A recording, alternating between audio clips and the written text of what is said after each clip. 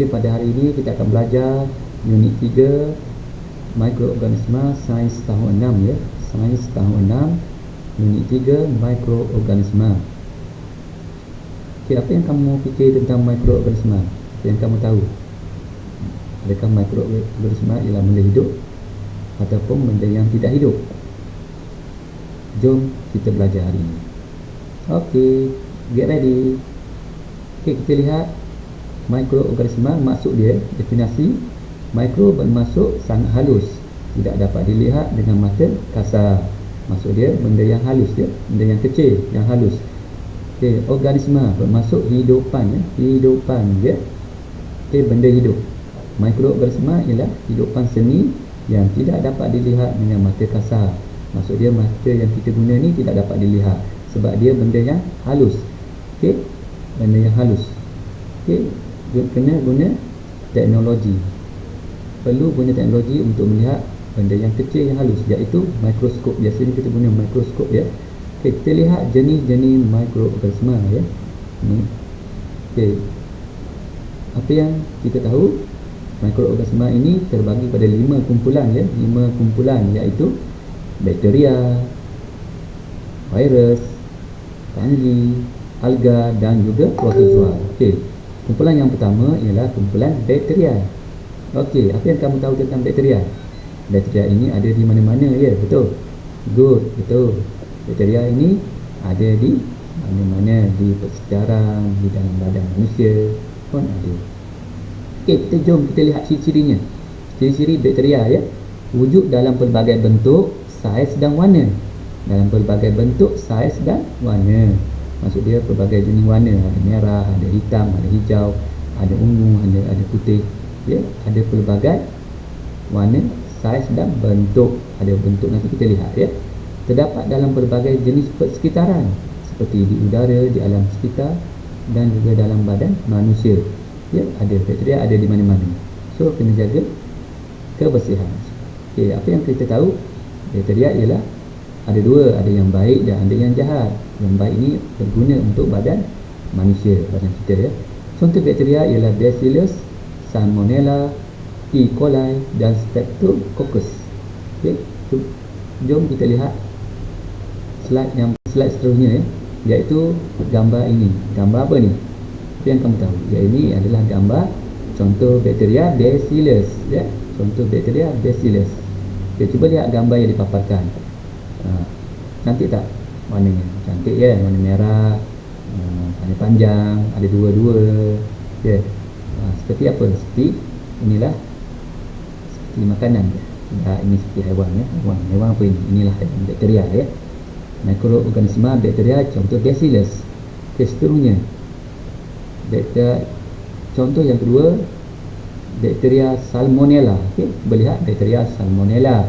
Warnanya warna ungu, bulat panjang, lepas tu ada rambu-rambu, ada bulu-bulu, ada rambu ya. Inilah bakteria Salmonella. Cuba lihat gambar yang dipaparkan ya. Seterusnya contoh yang ketiga E. coli. E. coli warna hijau. Itu ada juga warna lain ya, E. coli. Lepas tu ada bulat, ada panjang, ada rambu-rambu ya, ada rambut-rambut rambu. Inilah kita panggil bakteria E. coli. Contoh, lihat gambar yang dipaparkan ya. E. coli. Okey, E. coli ni ada di mana? Okey, E. coli ni ada dalam badan manusia. Good, ada dalam badan manusia. Okey, seterusnya bakteria, contoh bakteria lain ialah Streptococcus. Streptococcus bulat-bulat warna biru ya. Lihat gambar yang dipaparkan. Sebenarnya banyak lagi bakteria, tapi ini untuk kawan, untuk kita belajar hari ini beberapa contoh bakteria ya. Streptococcus, lihat gambar yang dipaparkan. Okey, seterusnya kumpulan yang kedua mikroorganisma ialah fungi. Okey, lihat fungi ya. Jenis fungi yang boleh dilihat dengan mata kasar seperti kulat. Boleh lihat dengan mata kasar, kulat ya. Penicillium. Yeast muko hanya boleh dilihat dengan kata pembesar dan mikroskop ya. Kita guna teknologi mikroskop baru boleh lihat Penicillium, yeast dan muko. Okey, kita lihat gambar yang dipaparkan. Okey, ini gambar apa? Ini gambar fungi muko ya. Muko macam cendawan ya, bulat-bulat, panjang-panjang, putih-putih ya. Inilah gambar muko. Okey, good. Kena tak? Harap cikgu harap kamu faham ya. Okey, lihat seterusnya contoh yang fungi yang kedua, Penicillium. Ini gambar Penicillium ya. Biasanya penicillin kita guna untuk dalam ubat-ubatan ya. Ya, bulat-bulat gambar dia menarik kan, cantik. Good. Seterusnya contoh yang seterusnya ialah yeast. Panggil yeast bulat-bulat warna kuning ya. Ini yeast ya, gambar ni. Yeast. Okey, kumpulan mikroorganisma seterusnya ialah protozoa ya. Protozoa ialah contoh kumpulan mikroorganisma ya. Hidup di habitat yang berair seperti kolam, tasik dan sungai. Contoh protozoa ialah amoeba. Cuba lihat gambar di paparan ya. Inilah amoeba. Cantik kan? Ada liku-liku panjang ya. Putih-putih. Putih-putih, inilah contoh gambar amoeba. Jadi bila kamu lihat nanti kamu kenal ini adalah protozoa, kumpulan protozoa.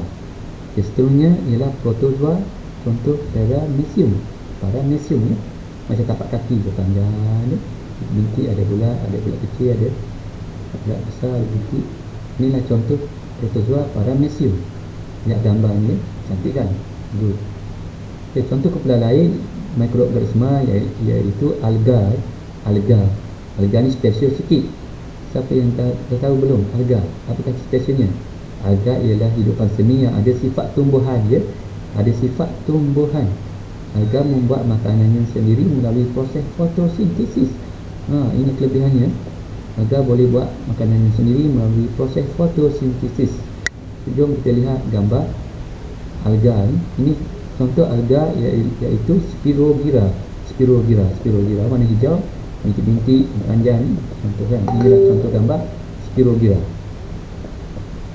Contoh alga yang kedua iaitu phytoplankton. Cuba lihat gambar yang dipaparkan. Ini contoh phytoplankton. Ada bulat, ada panjang, bintik-bintik, petak-petak. Ini contoh alga phytoplankton ya. Okey, dapat. Okey, good. Okey. Contoh kumpulan lain mikroorganisma ialah virus. Virus inilah paling kecil ya. Mikroorganisma yang paling halus berbanding mikroorganisma lain. Hanya dapat dilihat di bawah mikroskop elektron ya. Mikroskop elektron menggunakan teknologi mikroskop. Kerana terlampau kecil ya. Ini contoh gambar dipaparkan virus influenza. Cuba lihat gambar ini, bulat dengan bintik bulat ni besar ni. Inilah contoh virus influenza ya. Seterusnya contoh virus HIV ya. Melihat gambar dipaparkan contoh virus HIV ya.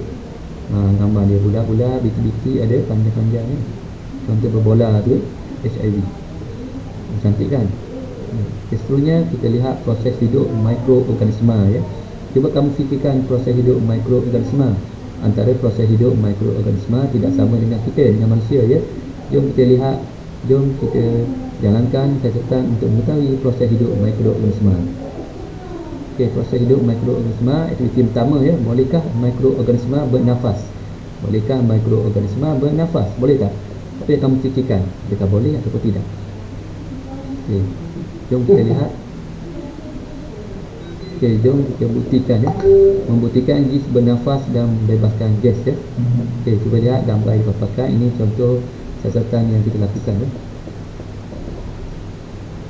Langkah-langkahnya, sediakan botol, belon, air dan yeast ya. Botol, belon, air dan yeast. Isikan air dalam botol, masukkan 3 sudu kecil yeast dalam botol dan tambah 1 sudu gula dan goncangkan dalam botol. Kita goncang. Lepas tu kita letakkan belon pada mulut botol dan buat pemerhatian ya, beberapa minit untuk tentukan yeast bernafas ya. Okey, lihat belon ini mula-mula dia tidak membesar. Lepas tu belon ini membesar. Ini ikut kumpulan ya. A, B, C, D dan E, ada 5 kumpulan ya. Okey, ini B ni makin besar selepas beberapa minit. Ini menunjukkan yeast bernafas ya, dan keluarkan gas. Bila bernafas, belon itu akan makin membesar. Inilah perhatian kita ya. Kesimpulannya adalah yeast boleh bernafas. Itu kesimpulan ya. Okey, seterusnya kita lihat aktiviti yang kedua. Adakah mikroorganisma bertumbuh? Kita sediakan roti dan sedikit air ya. Ini beberapa keping roti, dan roti ini kita masukkan dalam plastik ya. Dan kita sembur air pada roti ini. Okey, kita lihat aktiviti yang kedua. iaitu tujuan dia membuktikan kulapuk bertumbuh. Membuktikan kulapuk bertumbuh. Okey, langkah-langkahnya sediakan bahan seperti di roti, seperti roti, 3 keping roti dan air. Kita hasilkan roti A, roti B, roti C ya. Kita bagi nama, kita label nama. Semburkan air kepada roti seperti berikut ya. 1 semburan kepada roti A, 2 semburan kepada roti B dan 3 semburan kepada roti C. Masukkan roti tersebut dalam plastik. Catat pemerhatian selama seminggu ya. Seminggu. Okey, ini contoh ya. Ambil plastik, masukkan roti, kita seal. Sebelum masukkan roti, kita letak dulu air, sembur dulu air mengikut semburan tadi dan kita label, lihat. Okay, apakah hasilnya? Adakah roti berkulat atau adakah mikroorganisma bertumbuh? Okay, lihat roti ini. Lepas seminggu, inilah hasilnya ya. Mikroorganisma bertumbuh. Ada kulapuk hitam. Hitam ni inilah dipanggil mikroorganisma bertumbuh. Warna hitam ni ini kulat. Inilah mikroorganisma bertumbuh dia. Inilah hasilnya. Ya, betul. Kesimpulannya ialah mikroorganisma dapat bertumbuh. Itulah eksperimen yang kita jalankan ya. Okey, dapat tak? Pemerhatian. Harap itu sedikit ilmu yang dapat kita kongsi pada hari ini. Harap kamu dapat ilmu tentang mikroorganisma. Okey. Itu saja pada hari ini. Sekian, terima kasih.